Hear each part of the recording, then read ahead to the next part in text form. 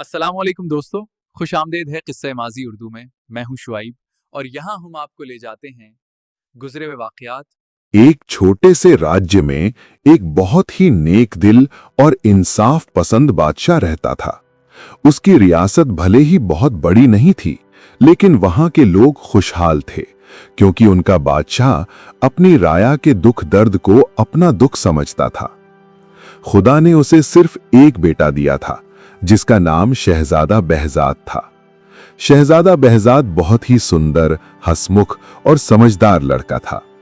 उसकी उम्र लगभग 12 साल थी और रियासत की सारी प्रजा उससे बहुत प्यार करती थी। शाही महल के पास ही एक बहुत बड़ा बाजार लगता था। ये बाजार सुबह सूरज निकलने से लेकर शाम तक खूब रौनक से भरा रहता था। दूर दूर से व्यापारी और कारीगर अपनी बनाई हुई चीजें बेचने के लिए यहां आते थे। कोई सुंदर कपड़े लाता था, कोई मिट्टी के बर्तन, कोई लकड़ी के खिलौने और कोई कीमती गहने। बाजार में इतनी भीड़ होती थी कि लोगों के कंधे एक दूसरे से टकराते रहते थे और चारों तरफ खरीदने बेचने की आवाजें गूंजती रहती थीं। बादशाह की एक बहुत ही अनोखी आदत थी। हर शाम जब सूरज ढलने लगता, वो अपने महल से निकलकर बाजार का चक्कर लगाता था। वो हर दुकानदार से पूछता कि क्या उसका सारा सामान बिक गया है या कुछ बच गया है। अगर किसी गरीब व्यापारी का सामान नहीं बिकता था, तो बादशाह खुद उसे खरीद लेता और उसे पूरा दाम देता, ताकि वो व्यापारी खुश होकर अपने घर लौट सके। एक दिन गर्मियों का मौसम था। सूरज डूबने वाला था और बाजार के लोग अपना सामान समेटकर घर जाने की तैयारी कर रहे थे। उसी वक्त बादशाह अपने वजीर आबिद के साथ बाजार में पहुंचा। उसने देखा कि लगभग सभी दुकानदार खुश होकर अपने घर जा रहे हैं, क्योंकि उनका सारा सामान बिक चुका था। तभी वजीर आबिद ने धीरे से बादशाह से कहा, आली जहां, मैंने बाजार के एक कोने में एक अजनबी आदमी को बैठे देखा है। वो अपने कपड़ों में कोई बड़ी चीज छुपाए हुए हैं और बहुत मायूस नजर आ रहा है। बादशाह ने तुरंत कहा, तो चलो, हमें उसके पास जरूर जाना चाहिए। कुछ ही देर में वे उस आदमी के पास पहुंच गए। वो एक गरीब बढ़ई था। बादशाह ने उससे पूछा, भाई, तुम्हारे पास कौन सी चीज है जो अब तक नहीं बिकी? गरीब बढ़ई पहले तो घबरा गया, लेकिन फिर हिम्मत करके बोला, हुजूर, मैं एक गरीब बढ़ई हूं। मैंने 3 महीने की मेहनत से लकड़ी का एक खास घोड़ा बनाया है, मगर पूरे बाजार में किसी ने उसे खरीदना तो दूर, ठीक से देखा भी नहीं। ये कहकर उसने उस चीज के ऊपर से कपड़ा हटा दिया। कपड़ा हटते ही एक सुंदर लकड़ी का घोड़ा सबके सामने आ गया। बादशाह ने हैरानी से उसे देखा और कहा, 3 महीने की मेहनत, ये तो बच्चों का एक साधारण खिलौना लगता है। बढ़ई मुस्कुराया और बोला, हुजूर, ये बच्चों का खिलौना नहीं, ये एक हवाई घोड़ा है। इस पर बैठकर आसमान की सैर की जा सकती है। ये सुनकर वहां मौजूद सभी लोग हैरान रह गए। बादशाह ने थोड़ी देर तक उस लकड़ी के घोड़े को गौर से देखा। वो घोड़ा सच में बहुत खूबसूरती से बनाया गया था। उसकी कारीगरी इतनी बारीक थी कि ऐसा लगता था जैसे वो अभी जिंदा होकर दौड़ पड़ेगा। लेकिन बादशाह को फिर भी यकीन नहीं हो रहा था कि कोई लकड़ी का घोड़ा आसमान में उड़ सकता है। बादशाह ने बढ़ई से पूछा, क्या तुम्हारे पास अपनी इस बात का कोई सबूत है? बढ़ई ने तुरंत जवाब दिया, जी हुजूर, अगर आप इजाजत दें तो मैं अभी दिखा सकता हूँ। बादशाह ने अपने सिपाहियों को इशारा किया और कहा कि बाजार के पास वाले मैदान को खाली कर दिया जाए। कुछ ही देर में वहां एक बड़ा सा मैदान खाली कर दिया गया। बढ़ई ने धीरे से उस लकड़ी के घोड़े को जमीन पर रखा और बोला, हुजूर, इस घोड़े के गले के पास एक खास कुंडी है। इसे दाईं तरफ घुमाने से घोड़ा आसमान में उड़ता है और बाईं तरफ घुमाने से धीरे धीरे नीचे उतर आता है। इतना कहकर बढ़ई खुद घोड़े पर बैठ गया। सभी लोग सांस रोककर ये तमाशा देखने लगे। जैसे ही बढ़ई ने उस कुंडी को घुमाया, अचानक घोड़ा जमीन से ऊपर उठने लगा। पहले वो धीरे धीरे ऊपर गया, फिर कुछ ही पलों में वो आसमान में उड़ने लगा। पूरा बाजार हैरानी से चिल्ला उठा। कुछ लोग तो डर के मारे पीछे हट गए, क्योंकि उन्होंने अपनी जिंदगी में ऐसा नजारा कभी नहीं देखा था। कुछ देर बाद बढ़ई ने दूसरी कुंडी घुमाई और घोड़ा धीरे धीरे नीचे उतर आया। अब तो हर किसी को यकीन हो गया कि वो घोड़ा सच में उड़ सकता है। शहजादा behzad भी ये सब देखकर बहुत उत्साहित हो गया था। वो तुरंत अपने पिता के पास आया और बोला, अब्बा हुजूर, ये घोड़ा तो कमाल का है, मुझे इस पर बैठकर उड़ना है। बादशाह ये सुनकर घबरा गया। उसने सख्ती से कहा, नहीं बेटा, ये बहुत खतरनाक हो सकता है, हमें नहीं पता कि ये घोड़ा कितना भरोसेमंद है। लेकिन शहजादा बहजाद बहुत जिद्दी था।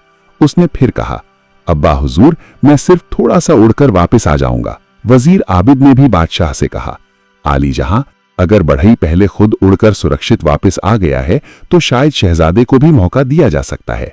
बादशाह थोड़ी देर सोचता रहा।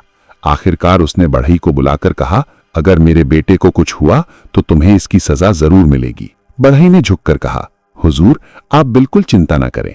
इसके बाद शहजादा बहजाद खुशी खुशी उस लकड़ी के घोड़े पर बैठ गया। सभी लोग उसे उत्सुकता से देख रहे थे। बढ़ई ने शहजादे को बताया कि कुंडी को कैसे घुमाना है। जैसे ही शहजादे ने कुंडी घुमाई, घोड़ा अचानक तेजी से ऊपर उठ गया। कुछ ही पलों में वो इतना ऊंचा उड़ गया कि महल, बाजार और पूरा शहर बहुत छोटा दिखाई देने लगा। शहजादा बहजाद पहले तो बहुत खुश हुआ, लेकिन थोड़ी देर बाद उसे एहसास हुआ कि वो बहुत ज्यादा ऊंचाई पर पहुंच चुका है। अब उसे याद नहीं आ रहा था कि नीचे उतरने वाली कुंडी कौन सी थी। नीचे जमीन पर खड़े बादशाह और सारे लोग घबराकर आसमान की तरफ देख रहे थे। नीचे जमीन पर खड़े बादशाह और सारे लोग घबराकर आसमान की तरफ देख रहे थे। शहजादा बहजाद अब बहुत ऊंचाई पर पहुंच चुका था। नीचे पूरा शहर छोटा सा दिखाई दे रहा था और चारों तरफ सिर्फ बादल ही बादल नजर आ रहे थे। शुरुआत में तो उसे बहुत मजा आ रहा था, लेकिन अब उसके दिल में डर पैदा होने लगा था। उसे याद ही नहीं आ रहा था कि बढ़ई ने नीचे उतरने वाली कुंडी कौन सी बताई थी। घोड़ा लगातार आगे उड़ता जा रहा था और धीरे धीरे वो अपने राज्य से बहुत दूर निकल गया। कुछ देर बाद उसे दूर एक खूबसूरत महल दिखाई दिया, जो एक हरे भरे बाग के बीच बना हुआ था। शहजादे ने सोचा कि अगर वो किसी तरह वहां उतर जाए तो शायद उसे मदद मिल सके। उसने घोड़े की दूसरी कुंडी घुमाने की कोशिश की। जैसे ही उसने कुंडी घुमाई, घोड़ा धीरे धीरे नीचे उतरने लगा। कुछ ही देर में वो उस बाग के अंदर उतर आया। ये एक दूसरे राज्य का शाही बाग था। बाग में रंग बिरंगे फूल खिले हुए थे और चारों तरफ बहुत ही खूबसूरत नजारा था। तभी वहां कुछ पहरेदार आ गए। उन्होंने एक अजनबी लड़के को अजीब से लकड़ी के घोड़े के साथ देखा तो वो हैरान रह गए। पहरेदारों ने तुरंत शहजादे को पकड़ लिया और उसे उस राज्य के बादशाह के सामने ले गए। जब बादशाह ने उससे पूछा कि वो कौन है और कहां से आया है, तो शहजादा बहजाद ने पूरी सच्चाई बता दी। उसने बताया कि वो एक दूसरे राज्य का शहजादा है और गलती से यहां आ पहुंचा है। उसी समय उस राज्य की शहजादी भी वहां आ गई। वो बहुत समझदार और दयालु लड़की थी। जब उसने शहजादे की कहानी सुनी तो उसे उस पर तरस आ गया। उसने अपने पिता से कहा कि इस लड़के के साथ अच्छा व्यवहार किया जाए, क्योंकि ये कोई दुश्मन नहीं बल्कि एक भटका हुआ मुसाफिर है। बादशाह ने भी शहजादी की बात मान ली। कुछ दिन शहजादा बहजाद वहीं मेहमान बनकर रहा।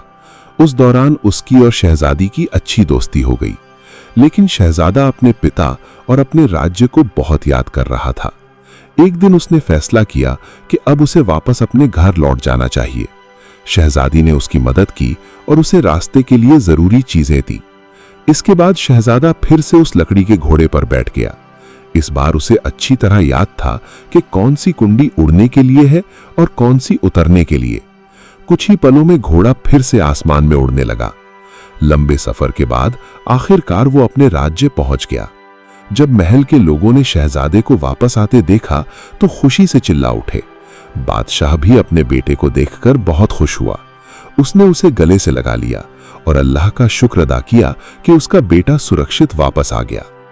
उस दिन के बाद बादशाह ने उस जादुई लकड़ी के घोड़े को महल में सुरक्षित रखवा दिया, ताकि कोई भी बिना सोचे समझे उसे इस्तेमाल न कर सके। और शहजादा बहजाद ने भी उस दिन एक बड़ी सीख सीखी कि कभी-कभी जिद और जल्दबाजी इंसान को मुसीबत में डाल सकती है। इस तरह ये अजीब और रोमांचक घटना पूरे राज्य में मशहूर हो गई और लोग सालों तक इस उड़ने वाले लकड़ी के घोड़े की कहानी सुनाते रहे। अगर आपको ये कहानी पसंद आई हो तो वीडियो को लाइक करें और चैनल को जरूर सब्सक्राइब करें। मिलते हैं अगली दिलचस्प कहानी में। अल्लाह हाफिज। दोस्तों, उम्मीद है आपको हमारा आज का किस्सा पसंद आया। अगर आपको ये कहानी अच्छी लगी तो ज़रूर लाइक और शेयर करें और हमारे चैनल को सब्सक्राइब करना न भूलें।